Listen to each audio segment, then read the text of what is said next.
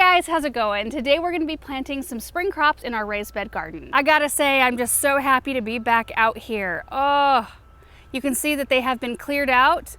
The drip was fixed. Anything that was broken, any couplers, that has been mended, and I have all of my seeds and plants that we're going to be working with right over there. We're about 2.5 weeks later than we normally tackle this project because we've had such a cold, wet spring, which has been so nice for us here in this dry climate. None of us have minded, but it is nice to be out here. I'm excited to see these beds full of things again. So here's what we've got. We've got a collection of onions and shallots. So we've got candy onions, Ed's red shallot, Zabroon shallot, Newburgh onion. These are the yellow sweet Spanish onion. I think these are all candy and Walla Wallas. Yeah, candy, Walla Wallas. Clearly, I'm not going to be planting all of these up in here. I'm just going to be planting 2 3x6 beds with these. The rest will go out in the cut flower garden area. And then we've got the Copenhagen market cabbage, which these mature to about 3 to 4 pound size, which is perfect for our family. We don't need any of the great big ones, like late flat Dutch that form 10 to 12 pound heads. These will be perfect. And then we've got emerald crown broccoli right here. I haven't actually not grown this variety, so I'm excited about that. And then from seed today, we are going to be planting some spinach, the giant noble, also American spinach, so 2 different varieties, 4 different varieties of carrot. We've got the Danvers, the atomic red, I thought the kids might enjoy that, Nante's carrots, St. Valerie, and then Oregon sugar pod peas. For those of you who haven't experienced planting spring crops before, they're just the type of plants that can handle cooler weather. So if you have temperatures still at night that hover around freezing, these can actually take a little bit of that and they'll still grow and be happy. They're the type 2 that usually you're harvesting early in the summer. They're not a type that want to go through summer. They don't like the heat. And there's a whole list of spring crops you can grow. Check with your local garden center. You can Google it, but I'm just sticking to the things this year for the most part that our family eats. Usually I'm throwing in celery and turnips and chard and kale. We don't eat those things very much or at all. It's fun to grow stuff, and I do enjoy getting experience growing different crops, but this year I kind of just want to focus on those things that we really enjoy eating, which makes the most amount of sense if you're dedicating space to these things. A few of the other really popular spring crops, lettuce being one of them. We have lettuce still in the greenhouse, and we actually like spinach a little bit more than lettuce, so I'm going to skip lettuce altogether. You can do chard, kale, mustard greens, just basically any type of greens. You could also do beets, cauliflower, celery, what else? Anyway, I'm kind of drawing a blank. There's a list, you can Google it. And believe it or not, it's supposed to get 80 degrees today. I'm starting off with a sweater because it's cooler in the morning. And then tomorrow our high is 59, which means we're gonna get a ton of wind. So this isn't typical, but today I'm going to be covering these crops like this evening with a frost cloth material, not to protect it from the low temperature because it's not going to get that cold tonight, but to protect it from the wind since I am putting out plants that are babies. Usually you can throw these things out in the ground and they do really well. I am going to be watching them too later this week. We do have a temperature at 30 degrees. So I might just keep the cloth out here and just toss it over them for the next week or two if we're experiencing any kind of huge shift. As per usual, we're going to be amending every bed with our Land and Sea and the Biotone starter fertilizer. That's what we usually add every single time we do a crop shift. So anytime I harvest something and plant something new, I go in and amend it again because these, the raised beds, they don't have a huge reservoir of soil to gather nutrients from. The roots can go down into native soil. I don't have anything at the bottom of these. Anyway, these crops are just very reliant on you to give them the nutrients they need because these types of plants, they're utilizing a lot of nutrients. And if you don't put something back in to the soil, then all of a sudden, you'll start getting less production. Things won't look as good. I do have a couple of weird spots. This edge right here along this side of this bed never produces anything really well. And I think that after planting in this for so long, I'm finally learning that I can't rely, which is sad because this is my Italian garlic, my row of Italian. I do have some cloves in the root cellar that I think I might pop in just to see if we can get more production, but it's like the soil gets super compacted right here and I'm not sure why. This side of the bed produces things beautifully. This is the garlic we planted last fall. The other problem spots have been these corners right here. It's just the weirdest thing. They have the same water as everything else, but it seems like the soil is more compacted. I did plant carrots and stuff in here last year and it did help. Yeah, it's a lot more lofty. It helped kind of break that soil up. Oh, there's a worm. Hey, everybody see it? Look at that. Love to see that. And this one right here. Yeah, oh yeah, this one's a little bit more tough. It's so weird. I think I do have a thought as to how I want this laid out as well. In the back 3x4 beds, I've got matching like trellis things. I'm gonna plant peas on both of those. In the 2 3x6 beds that are right inside those, I'm gonna do onions. I'm gonna do spinach in that bed, broccoli in that bed, carrots in this bed, and our cabbage, I'm gonna put 4 here and 4 here. And then what I think I'm gonna do, there will be some blank spots still, especially in these L-shaped beds. I've got those ranunculus that we grew on early this spring, and I wasn't able to plant them all in the Hartley cold frames. I'm not quite ready. We're having to retool some water lines in the cut flower garden area, so I'm not really ready to throw them out there. So I thought, you know, they need to get out into the ground. They're languishing in the greenhouse. It's getting too hot in there. So I thought that wherever we've got some blank space, we might pop those out here for some color. All right, let's tackle plants first.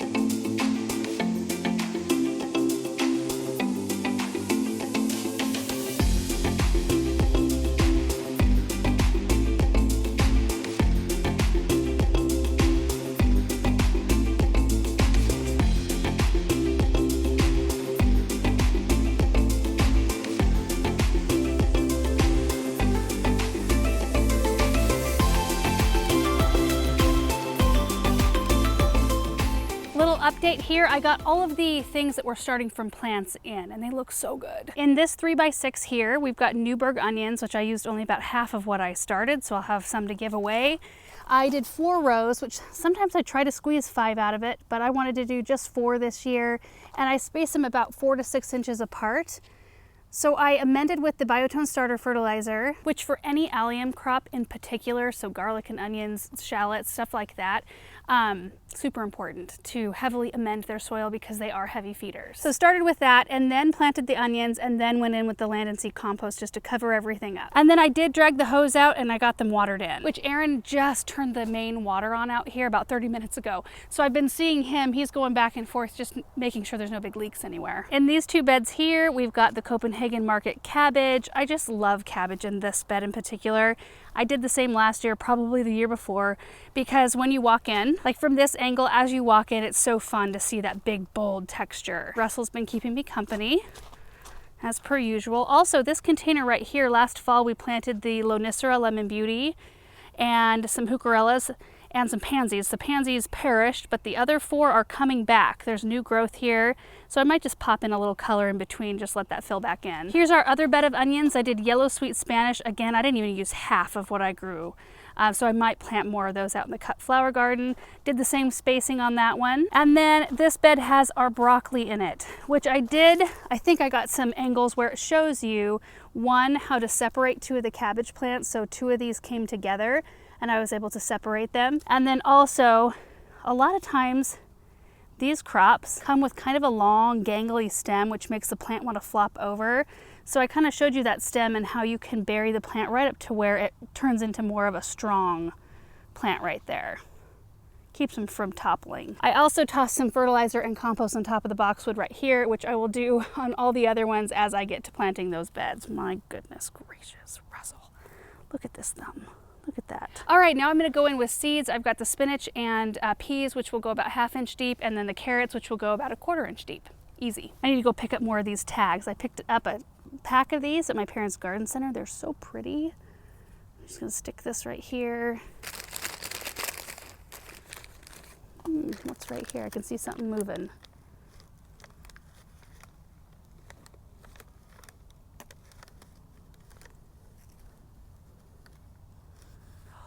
Another worm, yay. So our pea seeds right here, what I'll do is just go around the perimeter of this little trellis right here, which you could utilize the rest of this space for greens, but the pea plants do get quite large and they'll kind of take up this whole space anyway. So I'll go along and just push these seeds down 1/2 inch or so right around the perimeter. And we'll probably, because we have the drip running just straight, instead of in a circle, I'll come and hit it with the hose until it germinates. I'll just make sure it stays wet, like on the parts that's not right by the drip tubing. And then once they germinate and start to root in, the roots will spread out and these will be plenty.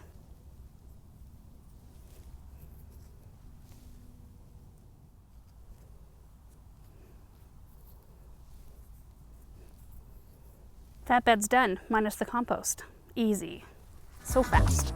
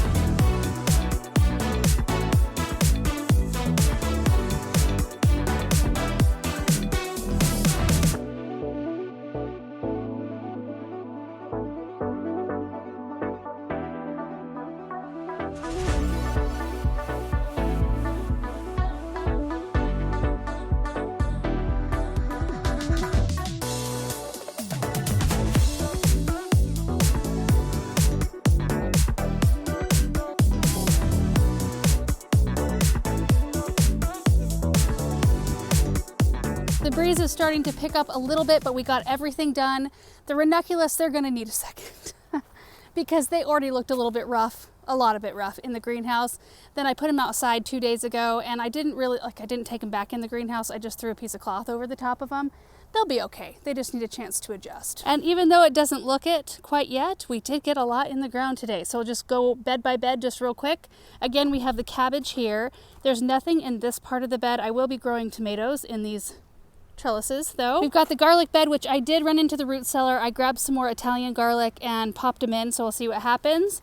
We've got our spinach in this bed, and I just made one tag and put American on one side and Giant Noble on the other side. So 2 rows of American and 2 rows of the other. This bed has peas. This bed has the Newburgh onions. We've got our ranunculus, which I then overhead watered with the hose, so they're kind of laying flat. So we're not gonna look close. Everybody just side eye those as we walk by. They'll be all right. Back sides of these beds I left open for now. Cabbage in this one, this space is open and available. I need to switch the water out here though. I might work on that even before the cabbage gets bigger. I remember now that I was looking at it, I was trying to connect these lines together to help water flow. It just wasn't working out very well in this bed, so that needs to be swapped. Carrots in this bed, again, I had 4 varieties. So I've got 4 rows in this order: Nantes, Danvers, Atomic Red, and St. Valerie.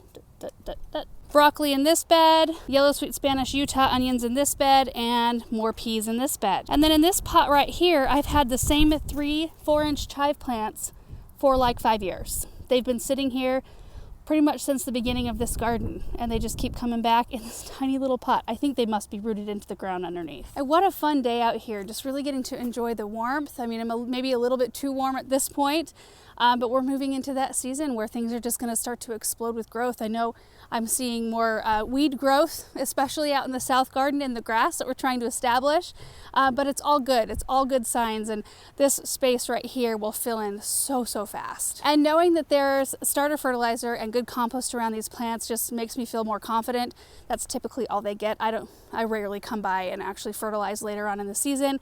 I feel like you give them a good start and they're pretty much good to go. These crops, all of these won't won't be in the ground that long. So the most important thing at this point is just making sure that things stay hydrated, especially the seeds. Now that we have our water on, we can have our drip system turn on once or twice a day, just even for 5 minutes, just to saturate the soil and keep those seeds especially wet until they germinate.